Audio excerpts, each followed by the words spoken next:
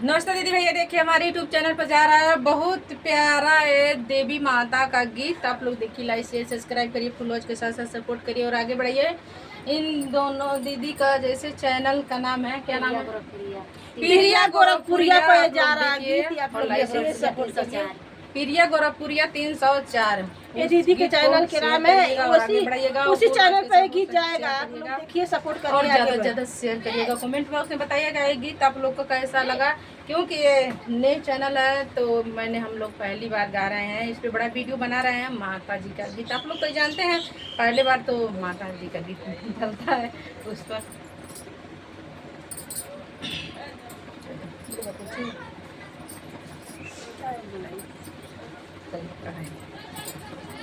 अड़उल के फूलवा पर कवन गुनाह मैया गइलू लो भाई।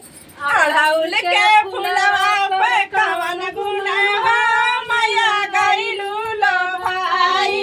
अड़उल के फूलवा पर कवन गुनाह मैया गइलू लो भाई। अड़उल के फूलवा पे कवन गुनाह मैया गइलू लो भाई। हाथिया घोड़ा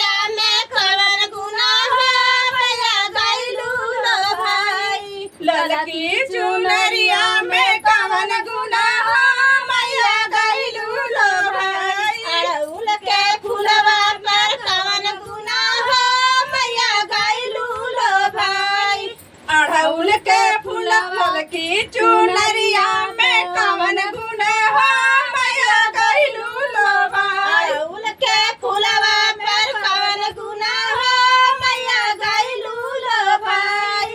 अड़हुल के फुलवा में कवन गुण हो मैया गइलू लो भाई। रेशम के चुनरी में कवन गुण हो मैया गइलू लो भाई। मीना माई के मनही ना भावे प्रिया मीना माई के मनही ना भावे। प्रिया मीना माई के मनही ना भावे प्रिया मीना माई के मनही ना भावे। पर कुलही देवतवा में कवन गुना हो मैया गइलू लो भाई। पर कुलही देवतवा में कवन गुना हो मैया गइलू लो भाई। कुलही देवतवा में कवन गुना हो मैया गइलू लो पर भाई। कुलही देवतवा में कवन गुना हो मैया गइलू लो भाई। अड़हुल के फुलवा में कवन गुना हो मैया गइलू लो भाई। अड़हुल के फुलवा